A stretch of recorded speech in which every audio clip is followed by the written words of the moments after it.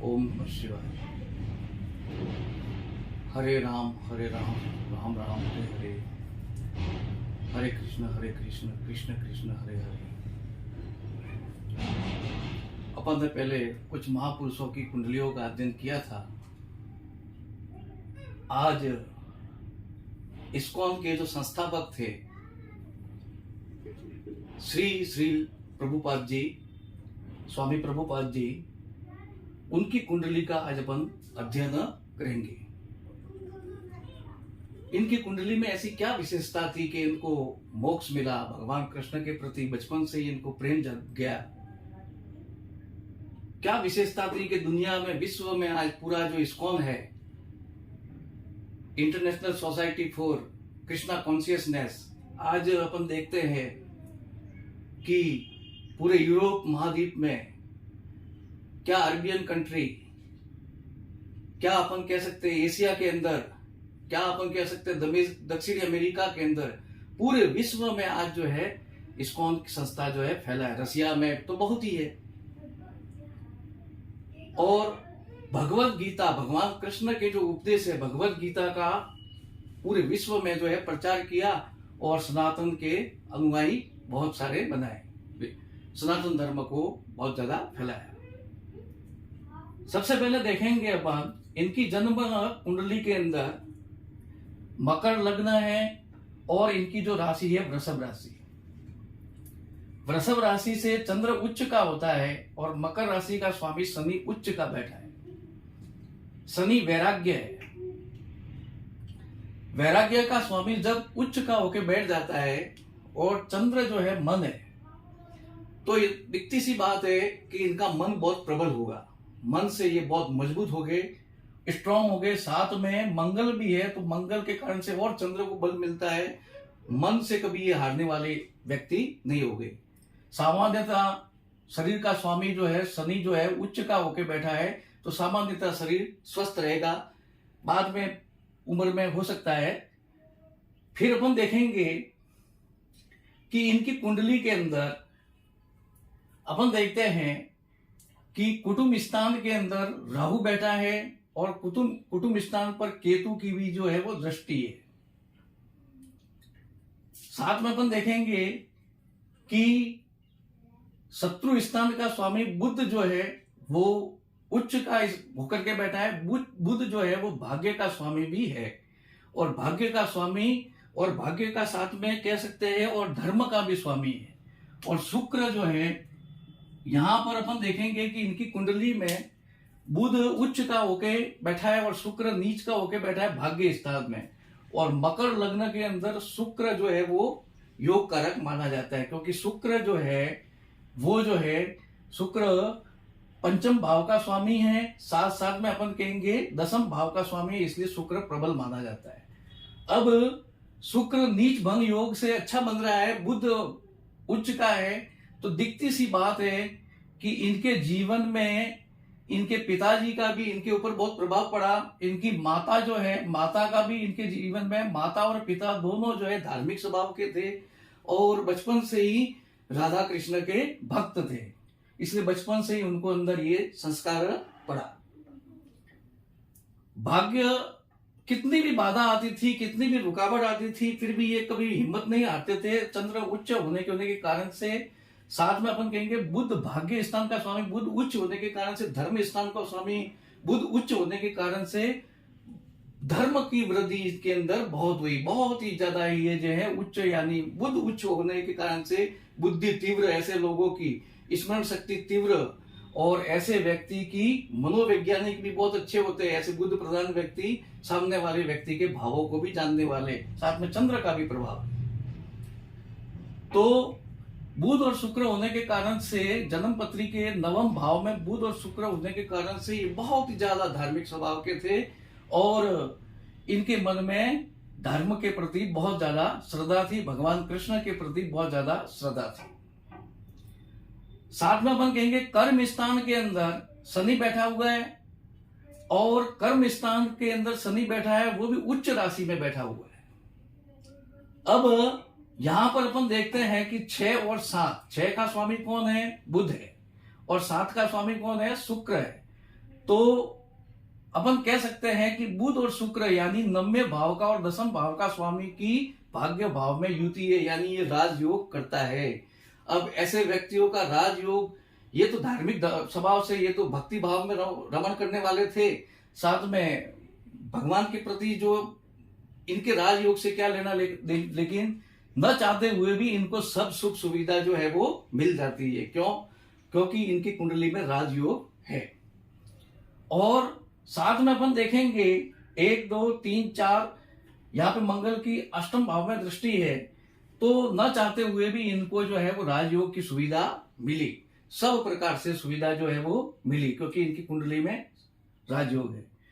दसम भाव में शनि जो है कर्म स्थान का स्वामी यहाँ पे अच्छा है, और शनि जो है दसम भाव में कर्म स्थान का भाव, कर्म स्थान में उच्च का वो बैठ के ये भी राजयोग करता है, सस नामक राजयोग बनाता है। जब शनि उच्च राशि में केंद्र का होकर या स्व राशि का केंद्र होकर के या मूल त्रिकोण राशि का कोई भी ग्रह जब केंद्र में, पंच महापुरुष योग बनते हैं, केंद्र में जब बैठ जाते हैं अकेले, तो वो शनि जैसे सस योग बनाता है, मंगल जैसे रुचक योग बनाता है, उच्च और स्व राशि का होकर जब केंद्र में 1 2 3 4 इन खानों में बैठ जाते हैं, तो वो अपना अपना राजयोग, बुध जैसे भद्र योग बनाता है, गुरु हंस योग बनाता है, तो इनकी कुंडली में सस योग है।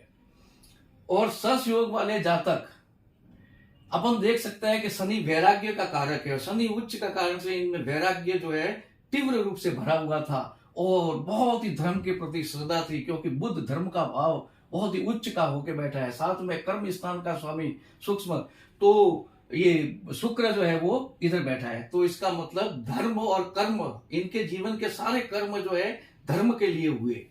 राजयोग इनको न चाहते हुए भी, ऐसे लोगों को राजयोग से कोई लेना देना नहीं, जमीन से कोई लेना देना नहीं, फिर भी इनको सब कुछ जो है न चाहते हुए भी भगवान इनको प्राप्त करवा देते हैं।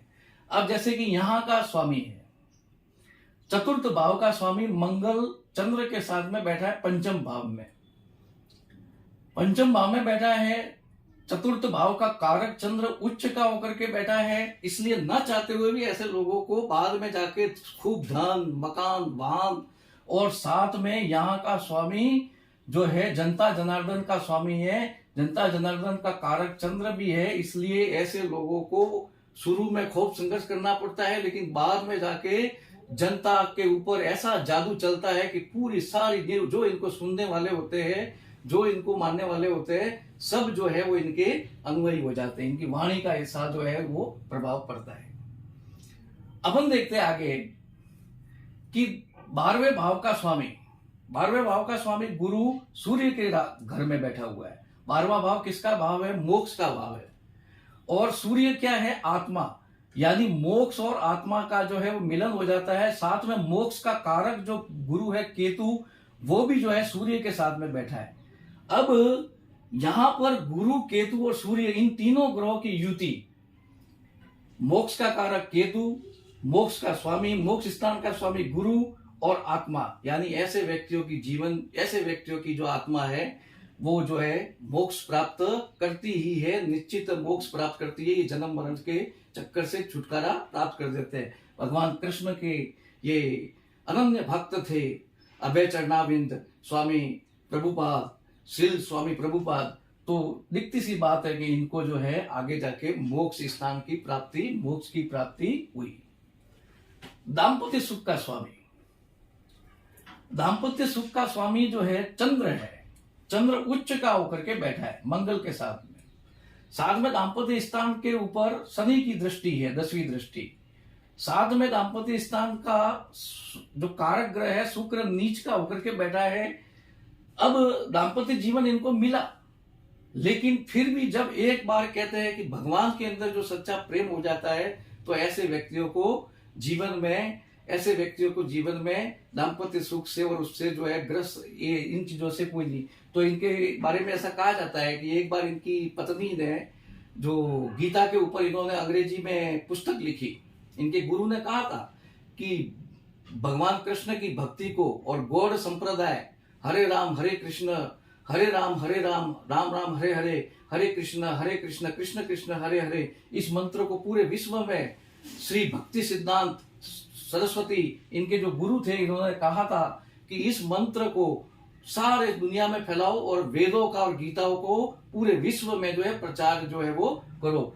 तो ये इनके जीवन में दाम्पत्य सुख मिला, लेकिन इनकी पत्नी ने पैसों के लिए, कहते हैं कि कुछ चाय की पत्ती के लिए और शक्कर की पत्ती के लिए, ये जब पुस्तक पूरी इन्होंने लिख की, मतलब अंग्रेजी भाषा में पूरी लिखी, लिखने के पश्चात जब वो पुस्तक रखी हुई थी, पन्ने रखे हुए थे, वापस जब ये आए तो देखा कि पुस्तक गायब थी। पत्नी को पूछा तो देखा कि पुस्तक जो है वो वास्तव में भंगार में चली गई थी। पत्नी को पूछा क्यों ऐसा, कहाँ गई पुस्तक जो वो तुमने, मैंने पैसे के लिए भंगार में दे दी। तभी से उनका मन जो है कि भौतिक चीजों के लिए ऐसी महान संपदा, ऐसी महान गीता पुस्तक को भंगार में दे दिया। तब ये इनके मन में और वैराग्य भाव प्रबल हो जाता है और ये जो है वो घर से जो है वो निकल जाते हैं संन्यास की ओर। अपन देखें आगे, आगे जो है इनका इधर का स्वामी यानी गुरु, ये अष्टम भाव में बैठा है और पांचवें भाव का स्वामी इधर ही बैठा है, और ये तो विपरीत राजयोग भी बनता है। सूर्य जो है इधर भाव का स्वामी है, यहाँ पर मृत्यु स्थान का स्वामी सूर्य जो है वो स्व राशि का बैठता है, इसलिए सूर्य जो है वो अच्छा है। साथ में गुरु भी बैठा है, केतु मूल त्रिकोण राशि का है, राहु की दृष्टि है, साथ में आयुष्य का कारक और इधर का भी कारक लग्न का मालिक शनि, ये अच्छा है। इसलिए कारण से कह सकते हैं कि इनकी आयु बहुत अच्छी थी और ऐसा माना जाता है कि 81 वर्ष की आयु में उन्होंने भगवान कृष्ण के अंदर जो है ये लीन हो गए, सीधा इनके अंदर इनका जो आत्मा जो है वैकुंठ में भगवान कृष्ण के चरणों में जो है वो लीन हो गई। तो ऐसे ये महापुरुष थे। देखो इनके जीवन में ये जो भाव है अष्टम भाव, ये अध्यात्म का भी भाव है, ये ग्रह, ये गूढ़ शास्त्र का भी भाव है, साथ में ये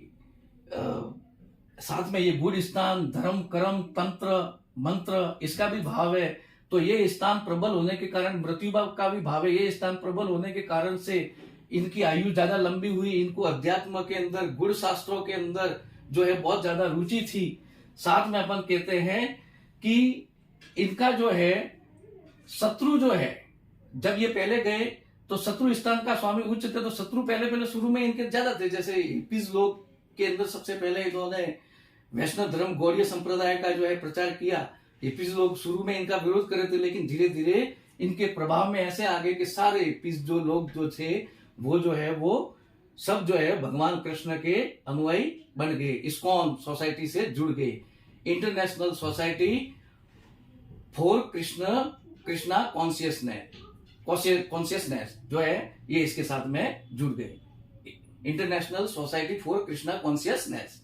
अब तो इनके जीवन में अपन कहेंगे कि दाम्पत्य जीवन इतना लंबा चला नहीं। दाम्पत्य जीवन, क्योंकि ऐसे लोगों को ज्यादा जीवन से, दाम्पत्य जीवन से प्रेम नहीं, सच्चा प्रेम जो है वो भगवान से एक बार लग जाता है।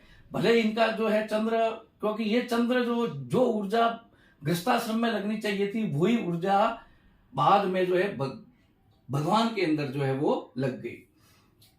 यहाँ का स्वामी गुरु केतु के साथ में, सूर्य के साथ में है और साथ में ये इधर है, तो ये विदेश यात्रा का भी योग, विदेश यात्रा का भी स्थान माना जाता है। इसलिए कहते हैं कि इनके जीवन में विदेश यात्रा भी हुई। अब विदेश यात्रा का कारण क्या है? विदेश यात्रा का कारण क्या है? तो अपन कहेंगे बुध उच्च का, केतु और सूर्य की युति, सूर्य ये गुरु स्थान का, अध्यात्म का, और ये भी अध्यात्म का कारण। तो कहते हैं विदेश यात्रा हुई अध्यात्म के प्रचार के लिए, धर्म के प्रचार के लिए, इस्कॉन के प्रचार के लिए, साथ में इनके बारे में। तो इस कारण से जो है वो इनका जो है वो आगे बढ़े। अब जो है दाम्पत्य जीवन इनका लंबा चला नहीं।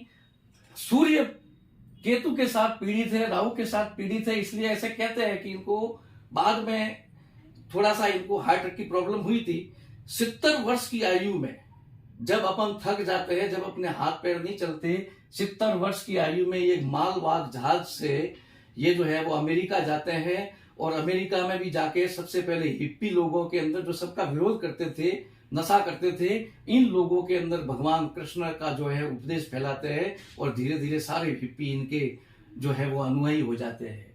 तो आयु इनकी अच्छी थी। साथ में 70 वर्ष की आयु में मालवाहक जहाज से ये अमेरिका जाते हैं, और अमेरिका के अंदर और आज अपन देखते हैं कि पूरे विश्व के अंदर ऐसा कोई स्थान नहीं होगा कि जहां पर इस्कॉन का कोई मंदिर नहीं होगा। बचपन में भी इनकी जन्म पत्री को देख करके ज्योतिषी ने कह दिया था कि ये विश्व में 108 भगवान कृष्ण के मंदिर बनवाएंगे और ये आगे जाके बहुत बड़े सन्यासी बनेंगे। बचपन में भी माता पिता ने इनकी जन्म पत्री को ज्योतिषी को बताई थी, तो इन्होंने बचपन में ही भी इनके जो माता पिता को ज्योतिषी ने कहा था कि ये व्यक्ति आगे जाके बहुत बड़ा सन्यासी बनेगा, भगवान कृष्ण का भक्त बनेगा और जो है वो विदेश यात्रा भी करेगा और जो है वो फैलाएगा, धर्म को फैलाएगा।